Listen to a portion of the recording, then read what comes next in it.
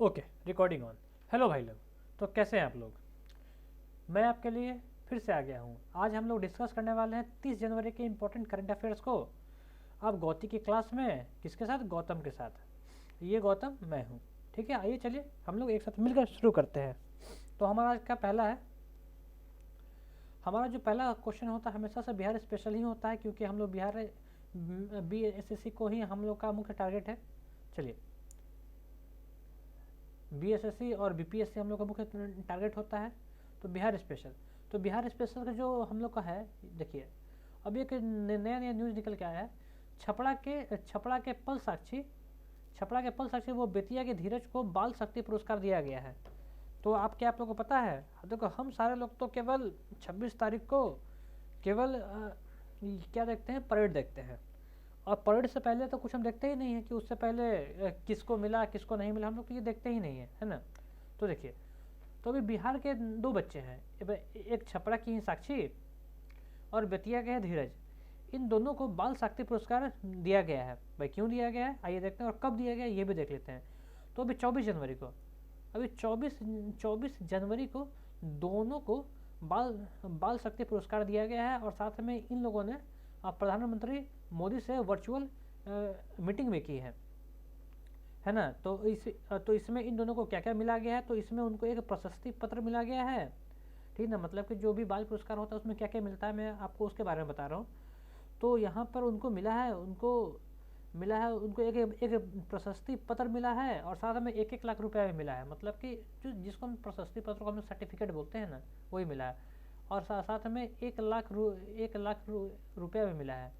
भाई क्यों मिला है भाई, तो देखिए थोड़ा इनके बारे में जान लीजिए कि ये जो छपरा से जो है पल साक्षी है ना, इन्होंने PM केयर फंड में 10,000 रुपये दान किए थे।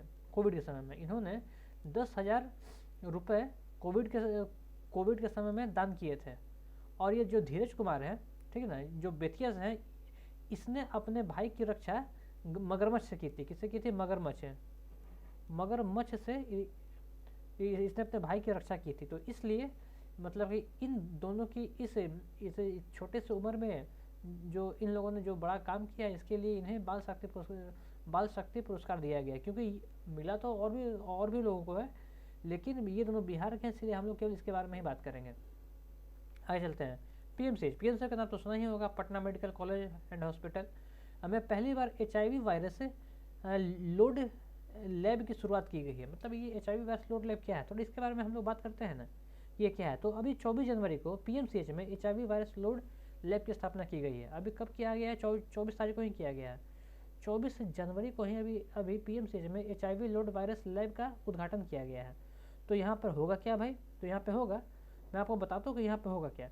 मतलब थोड़ा और इसके बारे में जान लीजिए। मतलब किसी भी सरकारी संस्थान का, मतलब जितना भी अब तक गवर्नमेंट ऑर्गेनाइजेशन है ना, किसी भी सरकारी संस्थान का यह पहला HIV वायरस लोड लैब है। यह लैब से पीड़ित, मतलब कि इस लैब में पीड़ितों में वायरस के लोड की गणना और उसके अनुसार दवाओं का सही डोज निर्धारित करने में मदद मिलेगी। इसलिए इस लैब की शुरुआत की गई है। क्यों की गई है? क्योंकि जो भी पीड़ित होंगे इस लैब में उनके HIV वायरस की गणना की जाएगी, और उसी के हिसाब से उन्हें दवा दी जाएगी, जिससे वे लोग HIV वायरस से ठीक होने में, मतलब उबरने में उनको मदद मिलेगा। ठीक है, तो आखिर HIV है क्या? तो जो HIV है एक वायरस है। जो HIV जो है एक वायरस होता है। जो HIV क्या होता है? एक वायरस होता है जो कि हमारे इम्यून सिस्टम में पहुंच जाता है और हमारे इम्यून सिस्टम को कमज़ोर कर देता है। तो HIV शरीर में मौजूद CD4, क्या भाई? CD4 HIV जब हमारे बॉडी में पहुंचता है तो सबसे पहले CD4 कोशिका को नष्ट करता है। जो CD4 जो सेल होता है ना, ये सबसे पहले उसको नष्ट कर देता है। ठीक है, और CD4 कोशिका को हम लोग T सेल भी बोलते हैं। इसको CD4 बोलो या फिर इसको T सेल भी बोलते हैं। सबसे पहले जाके इसी को नष्ट कर देता है। तो देखिए, जो भारत है, भारत पूरा वर्ल्ड में तीसरा नंबर पर है। तो किस लिए तीसरे नंबर पर है? तो देखो, एड्स से पीड़ित देशों में भारत तीसरे नंबर पर है। और नंबर 1 पे कौन है? तो नंबर 1 पे साउथ अफ्रीका। साउथ अफ्रीका में सबसे ज़्यादा लोग एड्स से पीड़ित हो जाते हैं, और भारत इसमें तीसरा नंबर पर है। ठीक है, यहाँ से एक क्वेश्चन और आता है। आपको 1 दिसंबर याद है क्या? 1 दिसंबर को कौन सा दिन है? तो 1 दिसंबर को हम लोग एड्स दिवस मनाते हैं। कब क्या मनाते हैं? विश्व एड्स दिवस है। विश्व एड्स दिवस मनाते हैं उस दिन हम विश्व एड्स दिवस मनाते हैं। आगे चलते हैं। अगला खबर राष्ट्रीय है, कोयला दर्पण पोर्टल। कोयला दर्पण पोर्टल के बारे में आपने सुना होगा, अगर नहीं सुनता मैं आपको बताता हूँ। तो अभी 21 जनवरी को अभी 21 जनवरी 2022 को सरकार ने कोयला दर्पण नामक पोर्टल लॉन्च किया है। अभी 21 जनवरी को है ना, जो हम लोग का जो गवर्नमेंट है उन्होंने कोयला दर्पण नामक एक पोर्टल को लॉन्च किया है। भाई आखिर क्यों किया है भाई? तो इस पोर्टल को कोयला मंत्रालय के द्वारा कोयला के क्षेत्र में या फिर कोयला के क्षेत्र से संबंधित प्रमुख प्रदर्शन संकेतक साझा करने के उद्देश्य से लॉन्च किया गया। मतलब क्यों, थोड़ा इंग्लिश में बोल लीजिए। की परफॉर्मेंस इंडिकेटर, मतलब कि जो भी खुदाई होता है, ठीक है ना, जो जहाँ भी कोयला का आदान प्रदान किया जाता है तो वहाँ पे कुछ इंडिकेटर होता है कि भाई हाँ भर गया, नहीं भरा, कितना कोयला है, कितना बाकी है। तो थोड़ा इन सबों के बारे में बताएगा कौन? हम लोग का की परफॉर्मेंस इंडिकेटर, कि अभी की का मतलब कि कोयला का परफॉर्मेंस कैसे चल रहा है। तो बस इसी का जो सूचना है, इसी सूचना को साझा करने के लिए कोयला दर्पण पोर्टल का शुरुआत किया गया है। आगे बढ़ते हैं। अगला जो खबर आ रहा है स्विगी से आ रहा है। अगला खबर स्विगी से आ रहा है। अगला खबर कहाँ से आया? स्विगी से आया। तो भाई बोल रहा है कि स्विगी बना देश की नई डेकाकॉर्न। मतलब डेकाकॉर्न क्या है? तो स्विगी तो हम लोग जानते हैं कि स्विगी एक फूड डिलीवरी कंपनी है, ये तो बिल्कुल सही है। ये डेकाकॉर्न क्या है? तो देखो, सबसे पहले मैं आपको डेकाकॉर्न बताता हूँ, फिर उसके बाद मैं आपको स्विगी के बारे में बताऊँगा। तो डेकाकॉर्न उस कंपनी को बोलते हैं ना जिसने 10 अरब डॉलर से, मतलब कि जिसका मार्केट इवैल्यूएशन 10 अरब डॉलर से ज़्यादा हो जाता है, जिसका मार्केट इवैल्यूएशन 10 अरब डॉलर से ज़्यादा हो जाता है, वो वैसे कंपनी को हम लोग डेकाकॉर्न कंपनी बोलते हैं। ठीक है। और तो यूनिकॉर्न किसे बोलते हैं? तो भाई जो कंपनी, ठीक है ना, जो कंपनी का बिजनेस अभी 1 अरब डॉलर में है, 1 अरब से ऊपर है, 1 अरब डॉलर से ऊपर है, उस कंपनी को यूनिकॉर्न बोलेंगे। और जिस कंपनी का मार्केट इवैल्यूएशन 10 अरब डॉलर से ऊपर है, उसको हम लोग डेकाकॉर्न बोलेंगे। क्योंकि स्विगी पिछले साल ही 1 अरब डॉलर पार करने वाला कंपनी बन गया था। अब इसने बहुत ही जल्दी अब 10 अरब के आंकड़े को भी छू लिया है। तो पहले ये यूनिकॉर्न हुआ करता था, लेकिन अब ये डेकाकॉर्न हो गया है। तो स्विगी के बारे में जान लेते हैं कि स्विगी एक फूड डिलीवरी कंपनी है। इसे अभी स्विगी को हाल ही में एक बहुत बड़ा फंड हासिल हुआ है। करीब इसका फंड का जो कीमत मैं आपको बताता हूँ, 700 मिलियन डॉलर का फंड इसको मिला है। 700 मिलियन डॉलर का फंड मिला है। ये फंड मिलते के साथ ही इसका मार्केट इवैल्यूएशन बहुत ज़्यादा हाई हो गया है, इसलिए ये आजकल खबर में है। आगे चलते हैं। जो हमारा अगला खबर है नेशनल, राष्ट्रीय खबर है, इंटरनेशनल खबर है। तो ढाका अंतर्राष्ट्रीय फिल्म महोत्सव। हम लोग ढाका अंतर्राष्ट्रीय फिल्म महोत्सव के बारे में देखने वाले हैं। तो सबसे पहले जो ढाका में जो फिल्म महोत्सव होता है ना, यहाँ पे हर 2 साल में एक बार होता है। ये एक द्विवार्षिक कार्यक्रम होता है। ढाका अंतर्राष्ट्रीय फिल्म महोत्सव एक द्विवार्षिक कार्यक्रम होता है। ठीक है, सबसे पहले ये जान लिए। थोड़ा और इसके बारे में और जानते हैं कि यहाँ पे क्या क्या, जब फिल्म महोत्सव हुआ है तो कौन से फिल्म को सर्वश्रेष्ठ फिल्म होने का दर्जा दिया गया, मतलब पुरस्कार दिया गया है, कौन सा है? तो अभी हाल ही में ये अभी का जो हुआ ना, ये 20वां फिल्म फेस्टिवल था वहाँ पर। ठीक है। तो अभी एक तमिल फिल्म है, हम लोग के यहाँ की तमिल फिल्म है, जिसका नाम है कुजगल।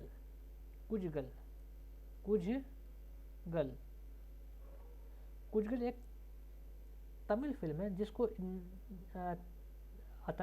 जिसको एशिया फिल्म प्रतियोगिता खंड में सर्वश्रेष्ठ फिल्म का पुरस्कार दिया गया है। मतलब कि इसको सर्वश्रेष्ठ फिल्म का पुरस्कार दिया गया कुजगल को। ठीक है। तो इसके डायरेक्टर कौन है भाई? तो इसके जो डायरेक्टर है PS विनोद राजन। कौन है भाई? PS विनोद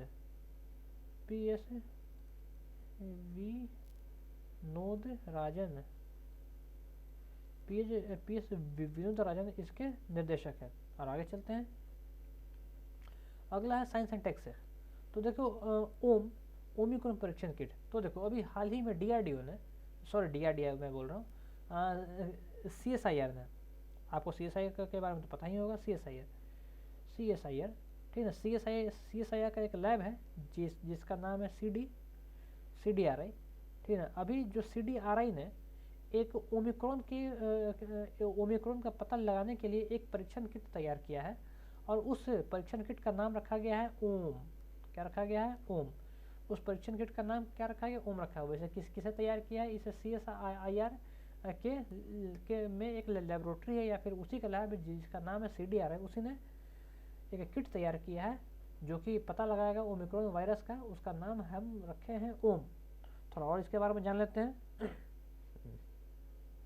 यह किट ओमिक्रॉन संक्रमण की पड़ताल के लिए जीनोम सीक्वेंसिंग पर काम करेगा। तो ये किस पे काम करेगा भाई? ये जीनोम सीक्वेंसिंग पर काम करेगा। यह किट श्वसन संबंधी रोगों के लिए भी उपयोगी होगा। यह जो किट है श्वसन संबंधी रोगों के लिए भी उपलब्ध होगा और यह किसी भी सरकारी संस्था के द्वारा बनाई गई पहली स्वदेशी रूप से विकसित तीसरी किट है। यह पहली और स्वदेशी रूप से विकसित तीसरी किट है। चलो आगे बढ़ते हैं। अगला है डेथ। कुछ इंपॉर्टेंट डेथ थोड़ा इनके बारे में देख लेते हैं। आर नागास्वामी, थोड़ा इनके बारे में बताइए ना भाई, ये कौन है भाई? आर नागास्वामी, आखिर ये इतना चर्चित क्यों है, हम लोग इनके बारे में क्यों जान रहे हैं? तो देखो आर नागास्वामी को, जो आर नागास्वामी है ना, ये पद्म पुरस्कार से सम्मानित व्यक्ति हैं। इनको पद्म भूषण दिया गया था, ठीक है ना। इनको 2018 में पद्म भूषण, इन्हें पद्म भूषण से सम्मानित किया गया था। भाई क्यों सम्मानित किया था तो इनके बारे में जान लेते हैं ना। हाँ, अब इनके 2018 में पद्म भूषण से सम्मानित किया गया था। अभी इनका हाल ही में चेन्नई में 91 वर्ष की आयु में मृत्यु हो गया। 91 वर्ष की आयु में इनका देहांत हो गया। तो पढ़ लेते हैं इनके बारे में। तो जो नागास्वामी हैं ये तमिलनाडु के पुरातत्व विभाग के पहले निर्देशक थे। मतलब जो नागास्वामी है ना, तो जो वहाँ का पुरातत्व विभाग है तमिलनाडु का, ये उसके पहले निर्देशक थे। भारत सरकार की ओर से इन्हें पद्म पुरस्कार से भी सम्मानित किया गया है। हम लोग देख ही रहे हैं। आगे बढ़ते हैं। अगला है अवार्ड एंड ऑनर। भाई किसको कौन सा अवार्ड मिला? पहले वीरता पुरस्कार। तो यहाँ से बात करते हैं ना, वीरता पुरस्कार से बात करते हैं कि चर्चा में क्यों है और किसको दिया जाता है। तो अभी बोल रहे हैं कि देश की सुरक्षा में, जो हमारा जो देश का सुरक्षा है ना, देश की सुरक्षा में अदम्य साहस का प्रदर्शन कर सर्वोच्च बलिदान देने वाले वीर जवानों को हर साल गणतंत्र दिवस के मौके पर वीरता पुरस्कार से सम्मानित किया जाता है। तो इस बार जो है हम लोग 73वां अपना गणतंत्र दिवस बना रहे थे, है ना। हम लोग अपना 73वां गणतंत्र दिवस मना रहे थे। तो और यहाँ पे कुल मिलाकर के 384 लोगों को, कितना 384 लोगों को वीरता पुरस्कार दिया गया। कितना? 384 लोगों को वीरता पुरस्कार दिया गया है। थोड़ा देख लेते हैं कैसे कैसे दिया गया है। तो जो कहाँ गया भाई, 12 लोगों को शौर्य पुरस्कार दिया गया है, ठीक है ना। 29 लोगों को परम विशिष्ट सेवा मेडल दिया गया है।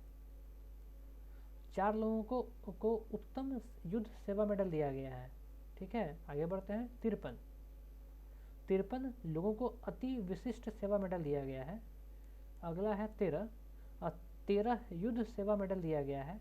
इसके अलावा जो 122 एक नंबर है, 122 विशिष्ट सेवा मेडल दिया गया है, ठीक है। अगला है 81 सेना मेडल दिया गया है।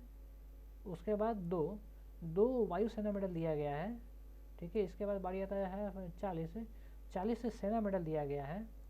8 नौसेना मेडल दिया गया है और 14